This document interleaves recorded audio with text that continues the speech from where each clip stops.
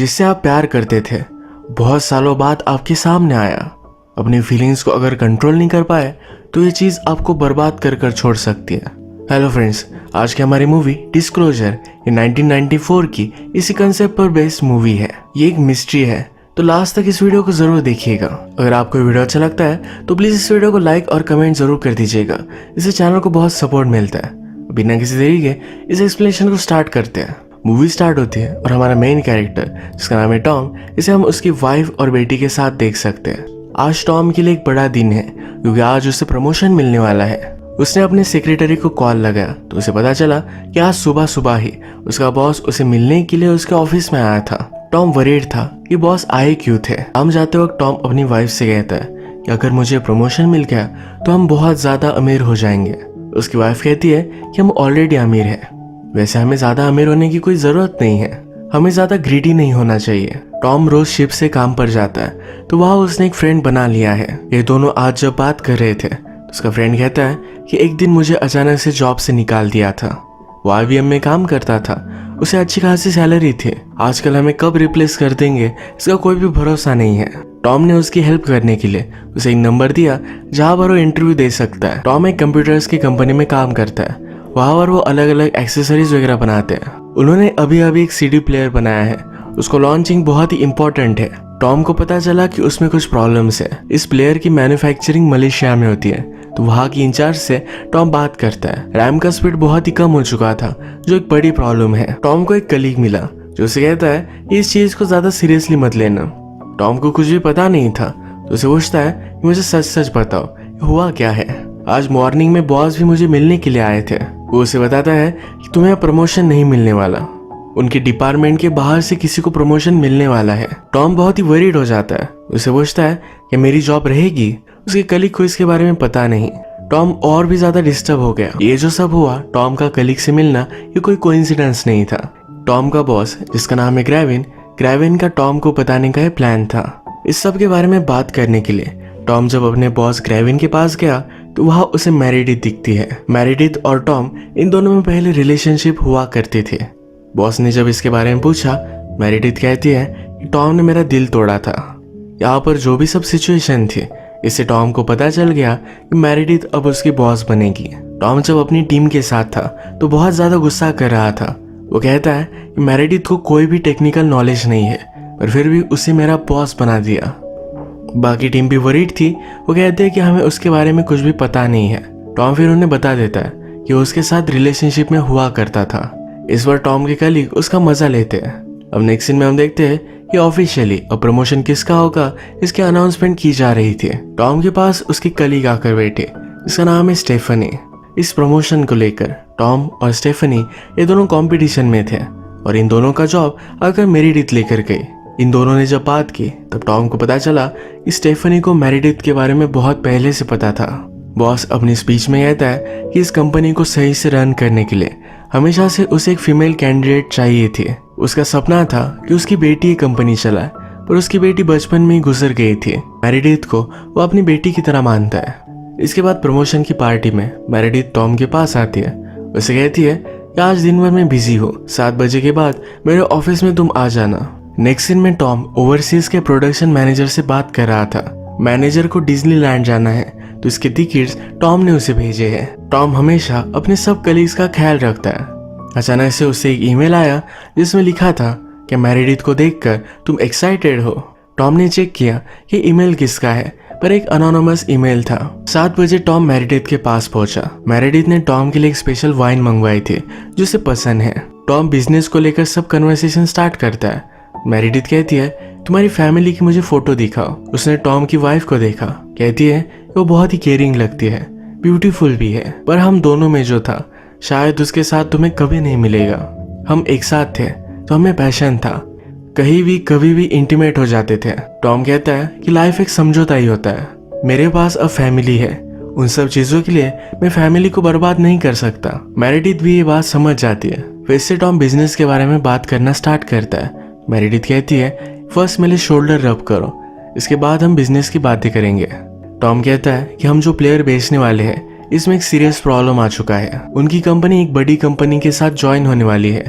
अगर ये problem solve नहीं होता तो इस ज्वाइनिंग में प्रॉब्लम आएगी।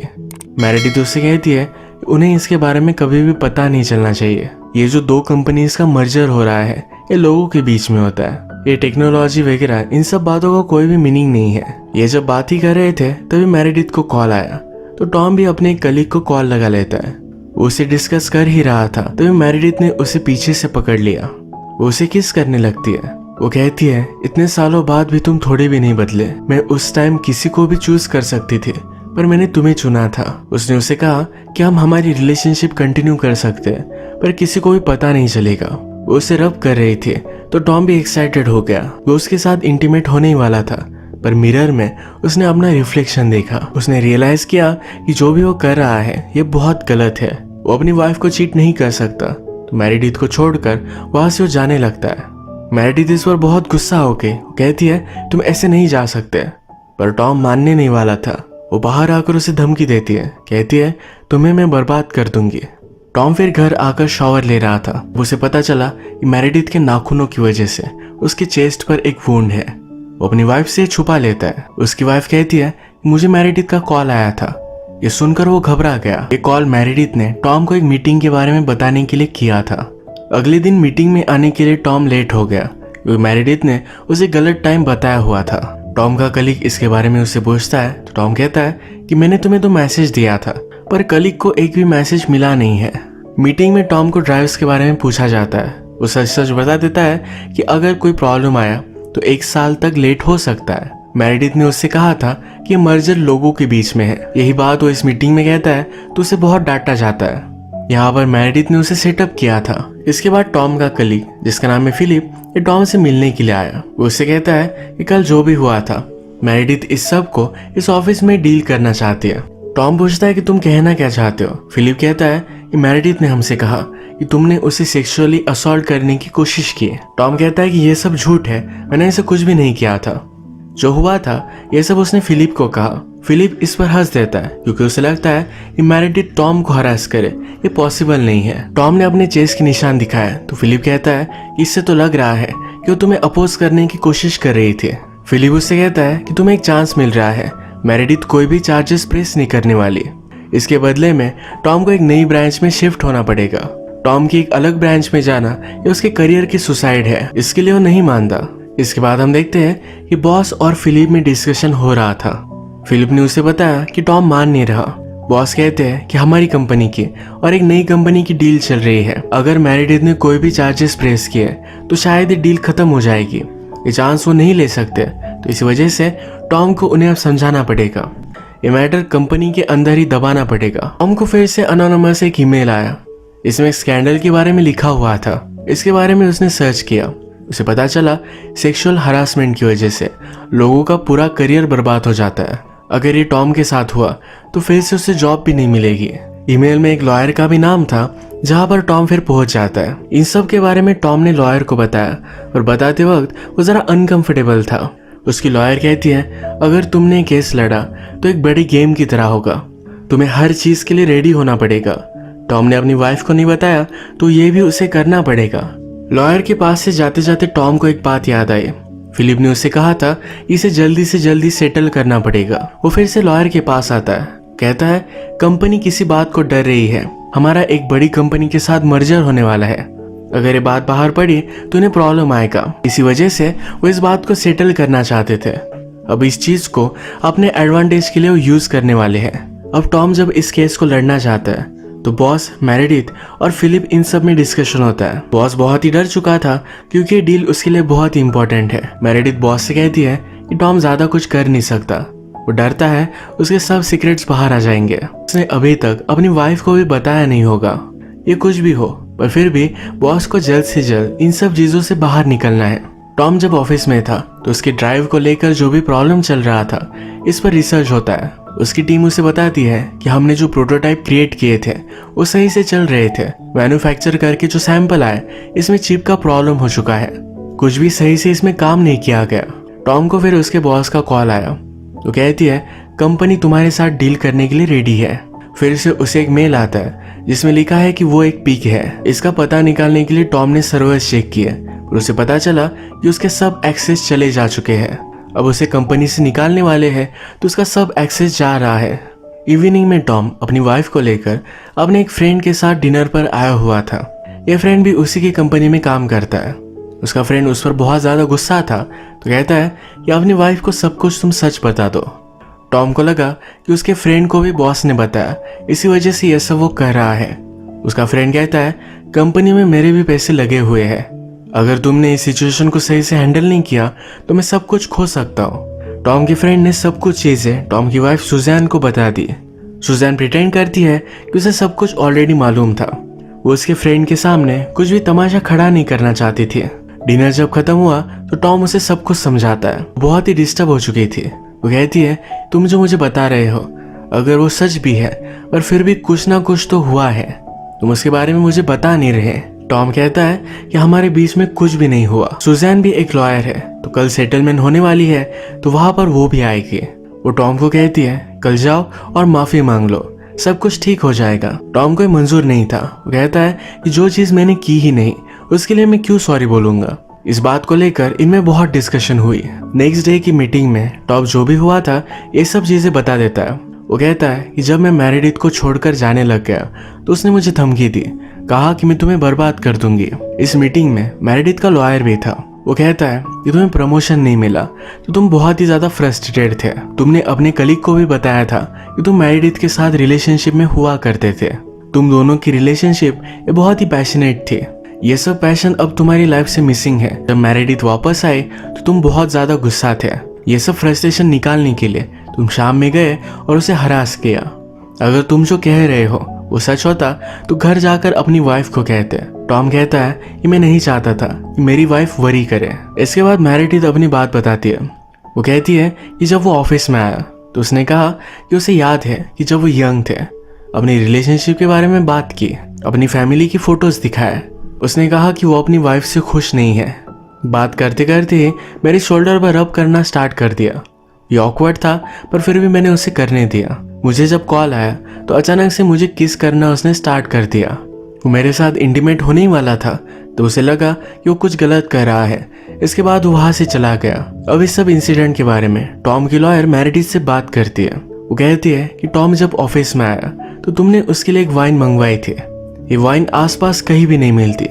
500 माइल्स तक इसका कोई भी शॉप नहीं है। तुमने अपने असिस्टेंट को वाइन लाने के लिए कहा था। एक्चुअल में तुम्हें बहुत दिनों पहले ही पता था कि टॉम तुमसे मिलने वाला है तो उसकी फेवरेट वाइन तुमने ला कर रखी थी। मेरेडिथ कहती है कि ये सिर्फ एक कोइंसिडेंस है। मेरे असिस्टेंट के पास घर पर एक वाइन थी तो वही वो लेकर आई। डिस्कशन का टाइम यही खत्म हो जाता है। यहाँ पर टॉम की वाइफ सुजैन ये सब सुन रही थी तो बहुत ही ज्यादा गुस्सा है। वो टॉम से कहती है कि तुमने ये सब होने दिया, तुम्हें साइन मिल रहे थे, मेरेडिथ तुमसे फ्लर्ट कर रही है, तभी तुम्हें वहां से चले जाना चाहिए था। उसे सच और झूठ इसके बारे में समझ में नहीं आ रहा। ऑफिस के बाद टॉम का बॉस उसे मिला।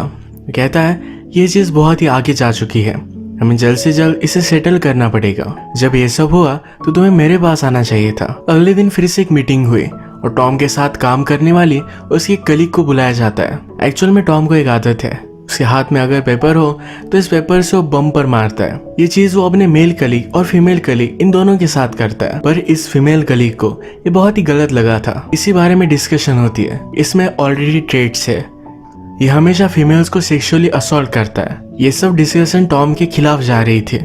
इसमें अगर प्रूव हो गया कि टॉम की ही गलती थी तो उसे सही से सेटलमेंट नहीं मिलेगी। इस मीटिंग के बाद लॉयर से इसी बारे में डिस्कशन चल रही थी। आज टॉम को फिर से ईमेल मिला है जिसमें लिखा है कि वो लोग तुम्हें मैनिपुलेट कर रहे हैं, तुम अपना गेम दिखाओ। इन ईमेल्स के बारे में टॉम ने अपने लॉयर से कहा था तो कहती है कि ईमेल्स एक यूनिवर्सिटी से आ रहे हैं, जिस प्रोफेसर के कंप्यूटर से आ रहे हैं। ये प्रोफेसर जरा वैकेशन पर गया हुआ है। इसके बाद टॉम अपने मोबाइल पर मैसेजेस चेक कर रहा था। जिस रात वो मेरेडिथ के साथ था तो अपने एक कलीग को उसने कॉल किया था। कलीग वहां नहीं था तो उसके आंसरिंग मशीन पर मैसेज गया था। और फिर से वो उस कलीग को कॉल लगाता है तो उसके आंसरिंग मशीन पर एक अलग सी आवाज है। उसने रियलाइज किया कि उस दिन उसने गलत नंबर डायल किया था। अपने रिकॉर्ड उसने देखे तो उसे पता चला कि उसके एक अलग से फ्रेंड को उसने मैसेज कर दिया था। जो भी मेरेडिथ और उसके बीच में हुआ था ये सब उस कॉल में रिकॉर्ड हो गया होगा। वो फिर अपने फ्रेंड को कॉल लगाता है। वो फिर अपने फ्रेंड से मिलकर उसे उसके मैसेजेस की कॉपी ले लेता है। टॉम के फ्रेंड ने मैसेज सुना था पर उसे कांटेक्ट नहीं कर पाया क्योंकि टॉम बहुत ही बिजी था। नेक्स्ट डे मीटिंग में कॉल रिकॉर्डिंग सुनाई जाती है। इस रिकॉर्डिंग से सबको साफ साफ पता चल जाता है टॉम ने मेरिडिथ को ना कहा था, उसे जबरदस्ती कर रही थी। इसे अब प्रूव हो गया कि टॉम इनोसेंट है, तो उसे अच्छी खासी सेटलमेंट मिलती है। अपना जॉब भी उसे फिर से वापस मिल जाएगा। कंपनीज के मर्जर के बाद वो मेरिडिथ को भी जॉब से निकाल देंगे। डील पर टॉम साइन कर देता है और बहुत खुश था। उसे अचानक से फिर से एक ईमेल आया। इसमें लिखा था तुम्हें सेटअप किया जा रहा है, जैसी चीजें तुम्हें लग रही है वैसे नहीं है। टॉम फिर मेरिडिथ के ऑफिस के बाहर खड़ा हुआ। मेरिडिथ और फिलिस में डिस्कशन चल रहा था, जिसमें वो कह रहा था कि हम टॉम को इनकॉम्पिटेंट दिखाएंगे, जिससे हम उसे फायर कर सकते हैं। टॉम ने खुद ने डील साइन की है, तो इससे वो बाहर नहीं निकल सकता। कल सुबह उसका बहुत ही बड़ा प्रेजेंटेशन है। अगर उसने प्रेजेंटेशन सही से नहीं दिया तो उसे जॉब से निकालने वाले हैं। अब ड्राइव को लेकर जो भी प्रॉब्लम है ये टॉम को जल्दी से जल्दी सॉल्व करनी पड़ेगी। वो कंपनी के सब फाइल चेक करना चाहता था, पर उसे कुछ भी मिला नहीं क्योंकि उसे एक्सेस नहीं है। जैसे कि हमें पता है कि उसके बॉस ने ऑलरेडी उसके सब एक्सेस निकाल लिए थे। टॉम फिर छुपकर अपने बॉस के रूम में आ जाता है। यहाँ पर उसने सब फाइल्स देखी। यहाँ से उसे पता चला कि मेरिडिथ की ऑर्डर की वजह से प्रोडक्शन की क्वालिटी डाउनग्रेड हो चुकी थी। इन सब फाइल्स में उसने एक वीडियो भी देखा जहाँ पर मेरिडिथ एक प्लांट मैनेजर से बात कर रही थी। इन सब बातों से टॉम को पता चला कि मेरिडिथ का पहले से प्लान था। टॉम को फंसाकर उसे फायर वो करने वाली थी। ये सब वो देख रहा था, तभी मेरिडिथ सब कुछ फाइल डिलीट कर देती है। अब टॉम कुछ भी प्रूव नहीं कर पाएगा। टॉम भी इसके बारे में बहुत सोचता है। उसके पास अब कुछ भी ऑप्शन नहीं था। उसने फिर अपने एक प्लांट मैनेजर को कॉल लगाया। ये वही प्लांट मैनेजर है जिसको टॉम ने मूवी के फर्स्ट में डिज्नीलैंड के टिकट भेजे थे। उसे क्लिक हुआ कि इस प्लांट में भी उसने सब कंपनीज की फाइल का बैकअप लिया था। अगले दिन अब सब लोगों के सामने टॉम अपना प्रेजेंटेशन देता है। मेरिडिथ उससे पूछती है कि ड्राइव को लेकर क्या प्रॉब्लम है। वो इसके बारे में सब कुछ सच सच बताता है। दूसरी कंपनी ये सब सुनकर नाराज हो गई थी। वो कहते हैं कि ये सब कैसे हो सकता है। टॉम कहता है कि मेरिडिथ ने कॉस्ट को लो करने के लिए ये सब किया और सब कुछ कंपनी का घाटा हो गया। मेरिडिथ ये सब बातें डिनाई करती है, तो टॉम ने सब कुछ सबूत दिखा दिए। सब लोगों को सब कुछ सच सच पता चल गया, तो मेरिडिथ अपना कंट्रोल लूज कर देती है। टॉम पर गुस्सा होकर कुछ भी बोलने लगती है, तो उसे वहां से निकाल दिया जाता है।